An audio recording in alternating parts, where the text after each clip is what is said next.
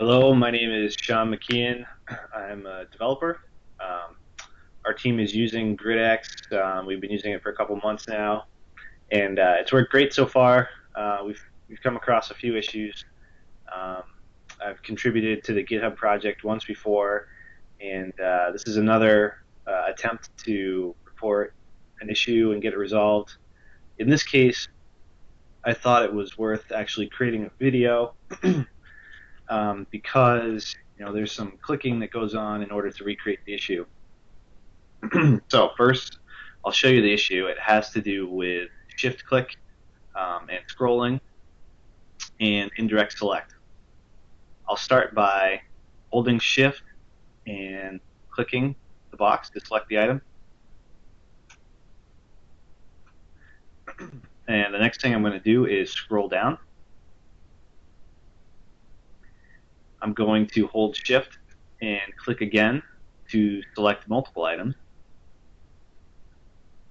You can see that all the items from my start position to this end position are selected. Now I'm going to scroll back up and I'm going to shift click in the opposite direction. So I'm going to hold shift and click an item above my original start row. So I'm holding shift and I'm clicking. And what this has now done is the start row to my new end row are selected, and all the other rows have been deselected. At least that's what appears to have happened.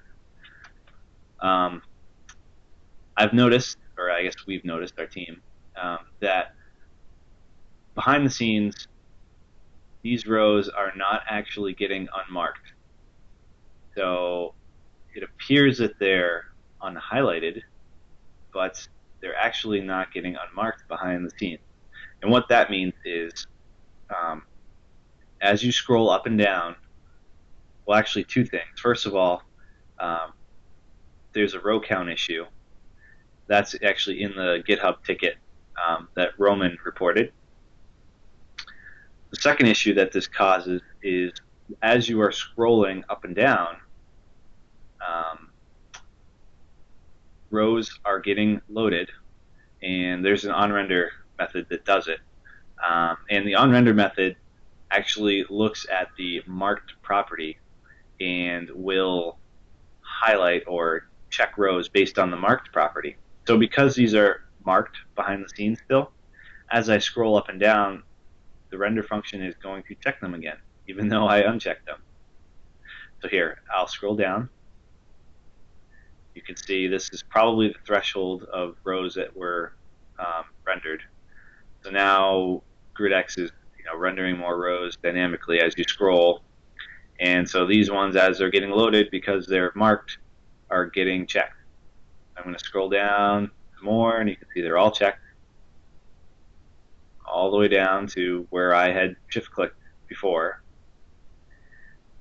Now, the rows up top that were unchecked, they're obviously off the screen now. So when I scroll up, they're going to be loaded, and the onRender method is going to check those as well. So all the rows that fell in between my two shift clicks are now checked, even though only two rows should be checked. And this is really an issue for us because we're submitting data based on the rows that are checked. So users are going to submit data, or I should say they could submit data that they're not expecting to submit. And when you start dealing with financials, that can lead to some big issues. So that's kind of how we got here. There's a fix that we came up with that it might not be the best fix, and that's where I'm looking to the GridX team to kind of review our code and hopefully pull it in if it's something they agree with, or if not, maybe they can propose or come up with a better solution. But I'm hoping that what I've contributed will at least give you a jump start.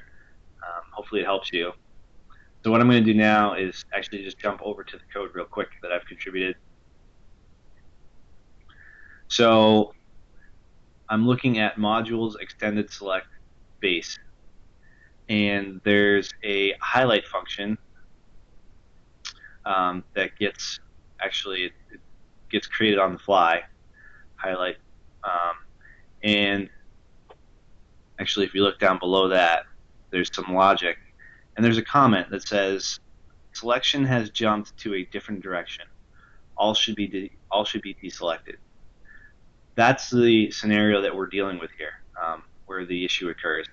So what I've attempted to do is only um, make a change that affects that scenario. So in order to do that, I added a flag called force deselect, and I'm passing in true just in this scenario.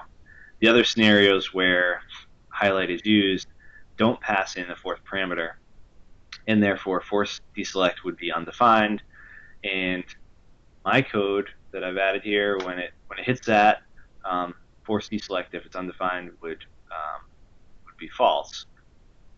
So so it will only get executed. This little piece of new code here will only be executed from this one scenario where the problem occurs. And what I'm doing in here is I'm just deselecting the row. From is actually the row index. So it's kind of like saying, all right, you've unhighlighted it, but let's go ahead and make sure the row gets unmarked as well. And that's all this code does. It's just unmarked by index. Um, so again, I don't know if that's the best way to deal with this issue. There might be a better way to do it.